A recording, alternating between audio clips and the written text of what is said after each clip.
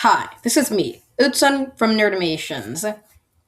So, I'm finally making another video, and this time I'm restarting a old series that I last posted about in late September, which feels like ages ago. But just ignore the fact that time is moving faster than a freight train and get straight to the video. In this video, I'm going to explore with better history information now what would happen if Native Americans had built even more powerful civilizations. In the first series, I got quite a few comments saying that they had built civilizations, and yes, I do know they built civilizations. I made these maps specifically to show their civilizations. I'm specifically you want to see what would these nations look like had they had the same resources and power that Europe and Asia did. So, without further ado, let's hop in. We start in the year 1337, and one thing we're changing is the addition of livestock, especially animals like cows and horses, to the Americas.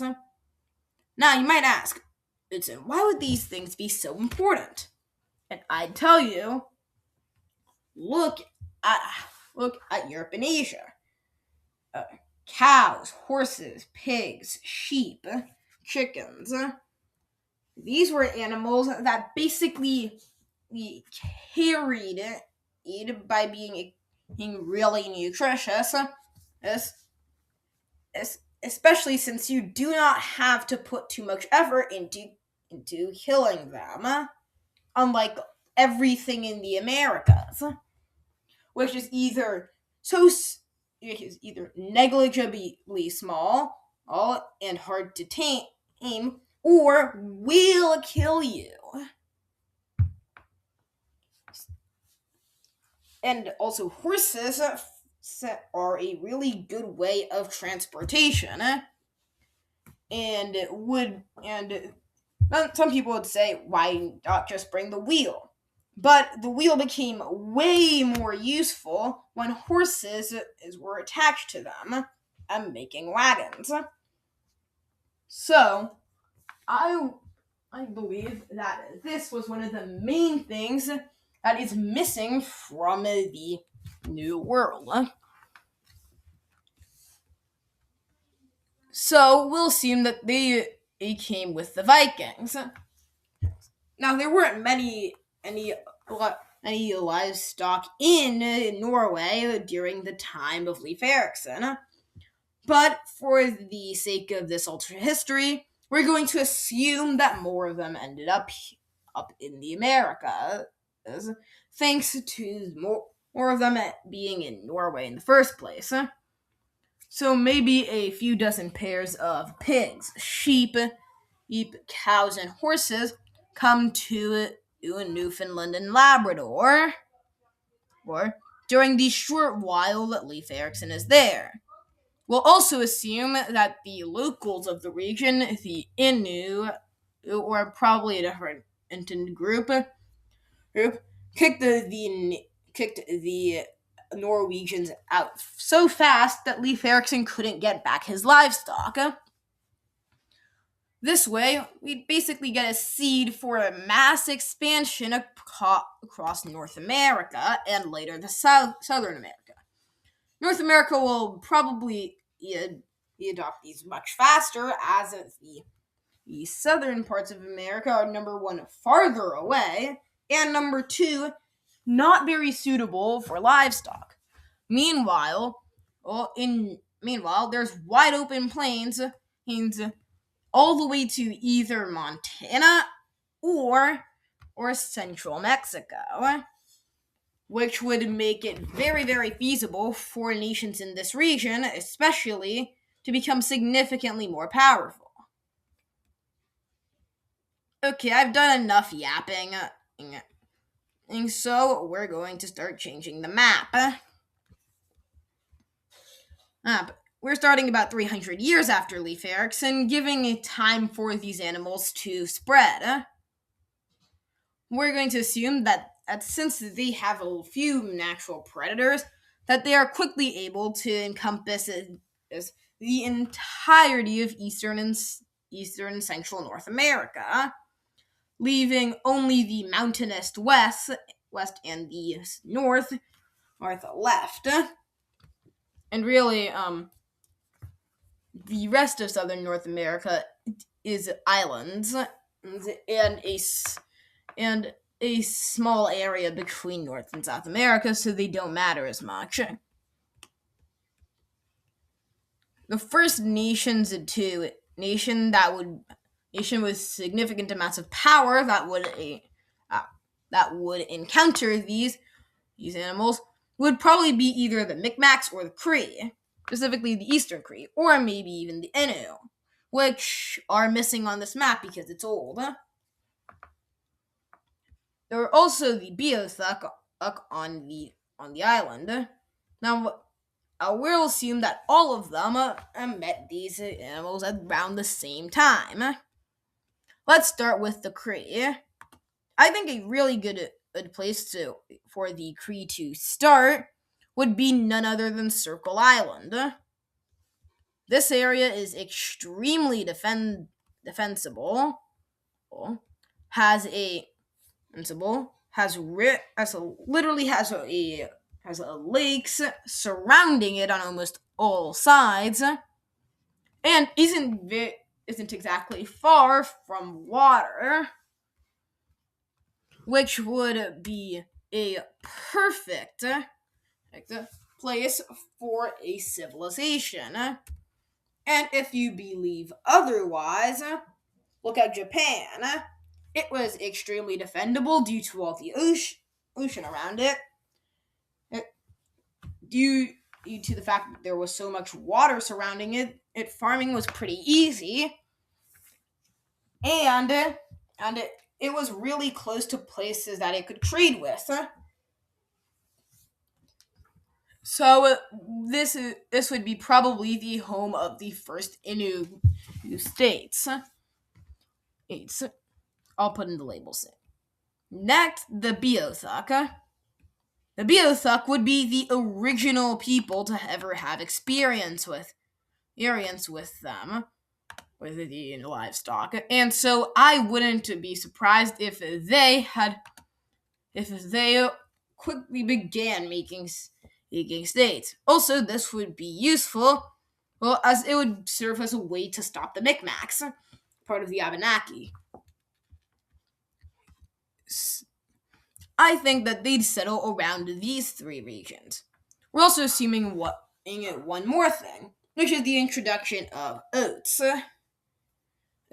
which would grow in these slightly drier regions in northern and central Canada, rather eastern Canada. Central Canada is it's like in the center line of Canada. I don't think that made sense, but these drier regions are places that oats could survive in, and also oats can survive in wetter regions too. They are significantly more tolerant. Now, unlike some people will believe, oats aren't actually very good for the winter. And you might say, wait, how would Native Americans know how to cultivate these? But this was a continent known for the three sisters. There's corn, squash, and beans, which was the main sustenance of these entire civilizations. And so I believe that they would have some experience with growing crops. And so they could probably figure out how oats work. The Beothuk would probably have their border be around the middle of their of it. I think this island is called Newfoundland. They probably have their center on one specific side of Newfoundland, and as this side has more marshlands and less mountains. Yes, they can subsist in dry oats can subsist in dry regions, but not too much of an extent. And finally, the Micmacs. The Micmacs are are significantly better off as they're closer to what could easily be a good trade route, which in the old map is already here, and I'm not removing it. I'm probably changing the city names, though I do not like the city names. In the real world, the Micmacs were divided in 7 groups, and in this case, the Micmacs have united into one. This would help them solidify their power, especially in a world where there would be more and more power going to other nations. Also, the Micmacs were people who lived in Newfoundland, and so I believe that they probably go here too. That completes the first few nations, and since this is technically mild history, we can change it into change Mesoamerica too. South America didn't change too much during this time, but the Central America will. Specifically, as the first livestock come into the region, I expect them to bring plague. Now you might ask why, but it's simple. The main reason of diseases spreading in Europe and Asia was entirely because of all these livestock, and partially by introducing diseases to the Americas earlier, the people could build immunity to them, which would allow them to not all die when the Europeans came. This would this is an introduction of new animals would first be seen in a boom in power of the major states, and soon after them beginning to weaken as the plagues really begin to spread. Now you might ask, why wouldn't they spread anywhere else? And that's because even though these societies are of significant power, they're significantly more rural. Meanwhile, Mesoamerica was very urbanized compared to literally everywhere else in the Americas. So they'd be the prime breeding ground, and the only thing that really keeps us from being as horrible as that in Eurasia is that there was already a sense of sanitation in the buildings of these cities. For example, Texcoco, not the Tenochtitlan, which had canals and significant and waste management. So I believe that a plague in Mesoamerica would actually be less disastrous than the ones in Eurasia. But anyways, is I is let's finally visit South America. We're going to just assume that a really really rare group of the livestock have spread to the Southern Americas. Now, the one way I believe this would happen and is if in new versions or versions of these livestock or I or they just or they yeah, so just new versions of livestock Aka, came over to South America. They could easily eh, just take over if they were adapted to the more and mountainous